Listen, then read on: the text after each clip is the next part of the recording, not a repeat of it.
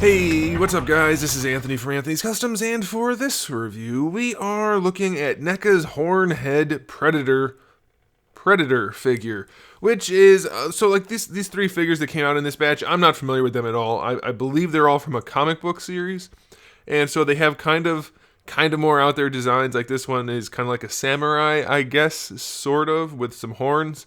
I don't know, whatever. It depends if you like it or not. That's totally subjective, but objectively, I'm going to tell you if the figure's any good. So let's go ahead and do that. So let's get him off the stand and take a closer look. And this guy stands just about 22 centimeters, which makes him pretty close to just over 8.5 inches, maybe 8 5/8 inches. And if you're curious about size comparison, my favorite batch of figures are the AVP ones, and so I'm going to compare him to that.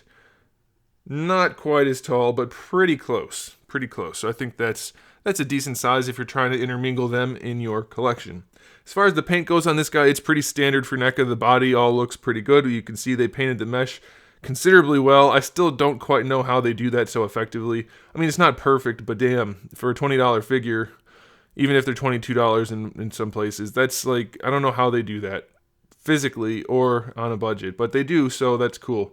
Lots of shading and spots and things like that in the body, so that's cool. For the armor, they use like a nice bright silver with kind of like a blue wash to give it that kind of blued silver look, which works. It's nice enough. That's fine. Maybe a little heavy on the blue, but I suppose some people will like it, some people won't.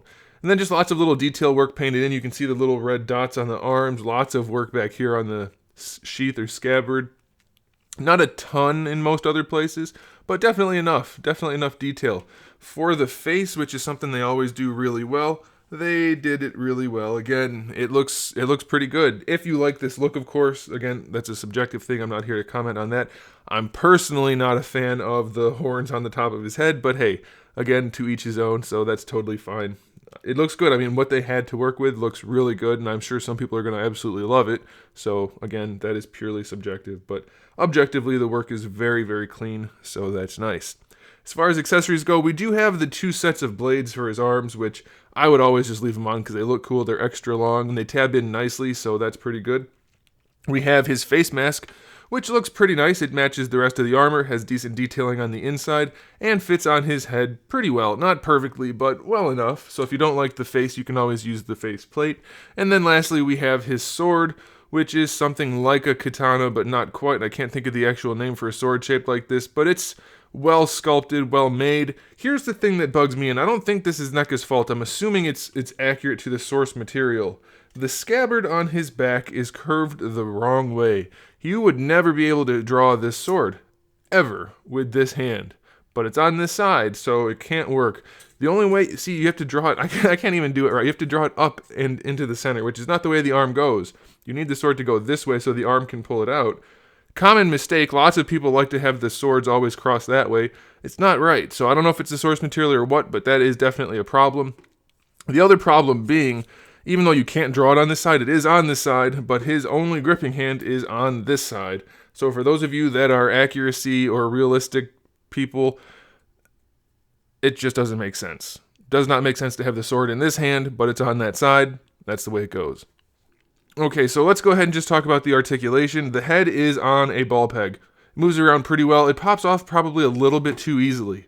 Not that it's going to fall off just while you're handling it, but if you try to force a pose, it's going to pop off. That's not really a problem. I think that's probably better than not popping off and breaking, and it just pops right back on. So, like I said, it's not loose in the meantime, so that's fine. The belt here for the shoulder harness for the sheath, it is connected in the back. It's not connected in the front, so you can wiggle it around a little bit, but it is connected back here to the shoulder armor, so that's kind of limiting. Shoulder pads, luckily, are connected to the arms, so you do get your rotation out of them. It's still kind of encumbered, so be aware. This is, I mean, there's no gaps, so it is going to limit the articulation to a degree. But you can pose them enough, probably, just not in very dynamic poses. Raising the arms up, I can't get this one to go at all. I can't get that one to go at all either. So I don't know. I don't think it's because of the shoulder pads because they're fairly soft, but I can't move them. So that's the way it goes. Bicep swivel's fine. Double jointed elbow is stiff. I'll do it on this side. because I already loosened this one up, but it works. So a double jointed elbow is fine. Wrist swivel doesn't work on this side. I mean, it probably can be loosened, but it does work on this side, so that means that it definitely is a functional swivel, so that's fine. And then for the wrists, we have a swivel and a hinge, so that's pretty much standard. For the torso, it's either a single or a double. I can't quite tell. It doesn't have a whole lot of range, but it wants to lean forward a little bit, lean back a little bit, side to side just a little bit, and have some rotation. Very minimal range.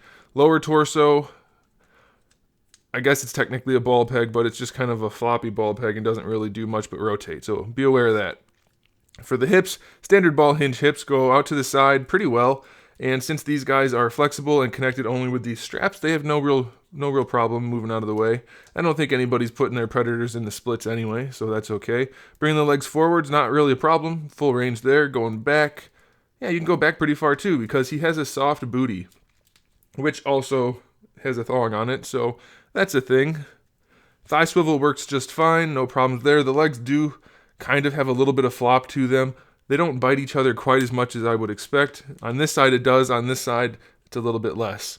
Double jointed knee works pretty well, no problems there. And then for the ankle, basically just a tiny little bit of swivel because the ball peg is so encumbered by the armor you get almost no range. So this guy is not the most posable figure ever by any means, but if you like the way he looks, he's going to look cool on a shelf, and that's what most of the Predators are good for anyway.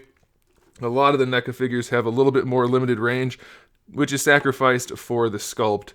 So it really comes down to what you want to get, and the guy does look really cool. So objectively, it looks awesome, and articulation is limited. You can do with that what you will. Thanks for watching, guys. Make sure you give the video a thumbs up if you liked it. It really helps out a whole bunch, and I'd really appreciate it, and I would like you forever if you gave the video a thumbs up. And also, if you haven't subscribed, you might want to do that, because I do have new videos up just about every single day. We talk about action figures, movies, TV shows, video games, all kinds of fun stuff. So make sure you come back for that. And in the meantime, keep collecting.